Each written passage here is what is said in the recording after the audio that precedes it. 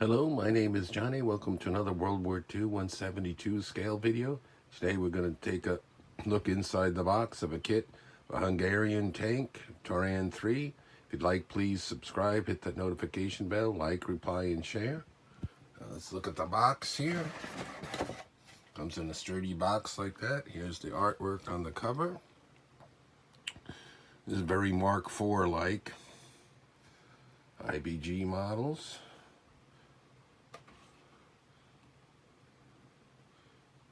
Some of the other ones they did. I already did the one on the WWII assault gun. Okay.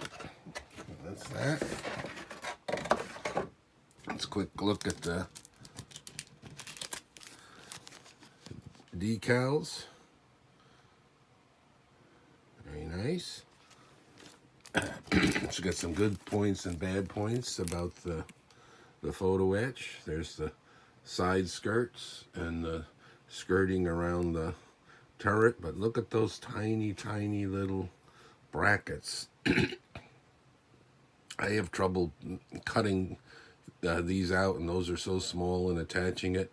I don't think I'm going to be able to find the glue and use a tweezer small enough to get that onto the plastic of the tank.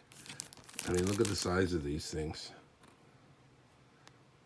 To do that, to attach that, so I'm not quite sure how I'm going to attach the side skirts if and when I attempt to make this.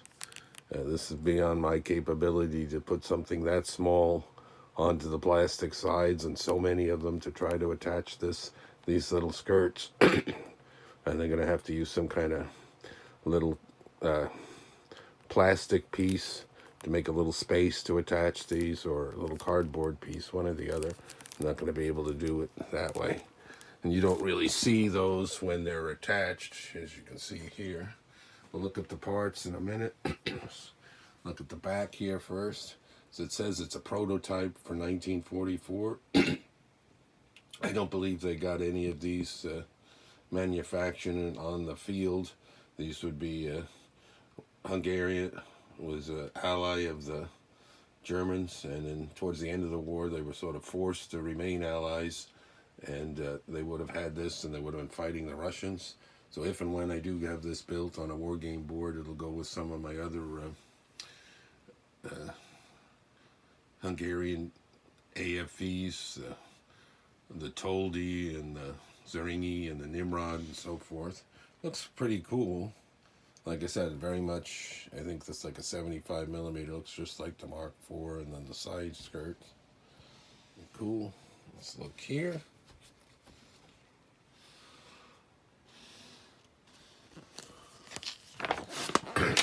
Nice packaging for slick paper, so they spend a fair amount of money on the packaging and the decals.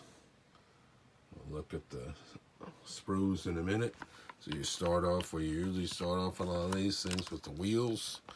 Instead of the bathtub being all together, you got to put the sides on, and the front and the back. And there's a lot of work and a lot of parts, and when you get to the track, doing all that wrap around, some of that usually gets a little crooked for me. Putting these on like that, it's hard to do.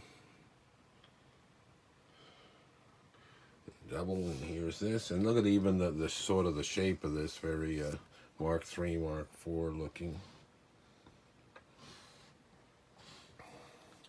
So that was a big drawback for the Hungarian troops fighting the Russians. They didn't have adequate armor, nor near enough of even what they had.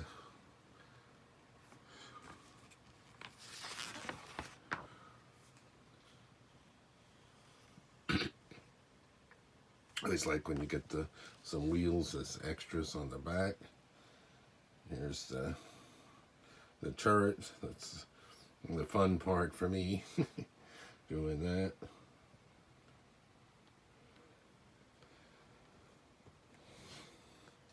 And there's the horror. Trying to attach that. Here they show pictures how you're not only supposed to cut these little tiny things out, but then you're supposed to bend them too. Cut them out, bend them, and attach it. Look at that. You got to bend it two different ways, and have all these little points for the attachments. Like I said, I'm not sure what I'm gonna do, but there's no way I'm gonna be able to do that. Take them off, bend them, look at how teeny, like I said, use either your fingers or tweezers against the plastic, and since it's metal on plastic, you have to use the crazy type glue, the Silonite glue, so it's a little nightmare in a package there.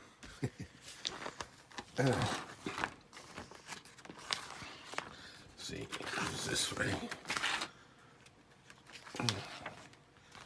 And boom, it's done.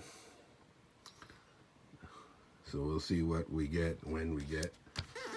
There's the Zeringi. I've already done the kit review of that one. And here's some of the other ones they made. I wanted to get more, but this was bought from overseas in Europe, and they didn't get back to me, and it looked like they were going to be charging me for each shipping the same without combined shipping, because it should have been cheaper even overseas to ship, to put it all in one box. So I only got this and the Zeringi. I made some of the other models of metal models. IBG is a pretty good brand. Look at this. Sprues with the track. These little thin pieces are hard to cut off and attach. Lots of wheels, look at them all. There's the little tracks that go around the drive sprocket and the idler. And of course, there's two of them for two sides, so that's a lot of work there. And then you got to paint it and try to get the decals on and weather it and add accessories, so there's lots to do. So this will keep you quite busy doing this kit. Nice and clean, no flash, nice hard plastic. You can see the detail on the rivets there. That looks nice. A shovel and a tool. Jack.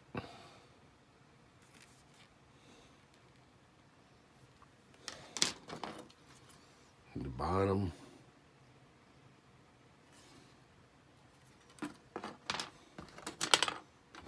The most interesting part for me is the turret. Very cool with the rivets and the way it looks. The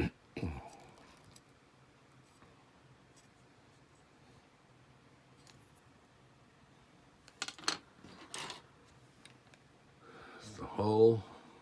It's nice there. You can get some detail off those rivets with weathering and so forth.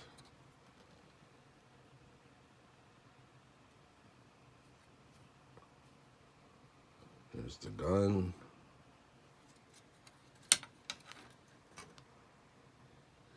Got the barrel there open, slide molded on here.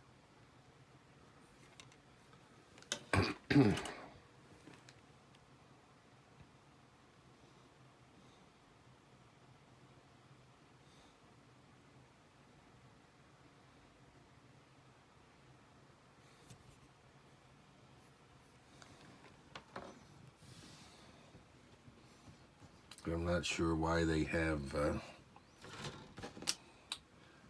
the turrets all together, and here you're placing it unless they had some for different models. Let's look again what they're showing. They're showing using that and putting it on that. So those must be extra parts that you don't use.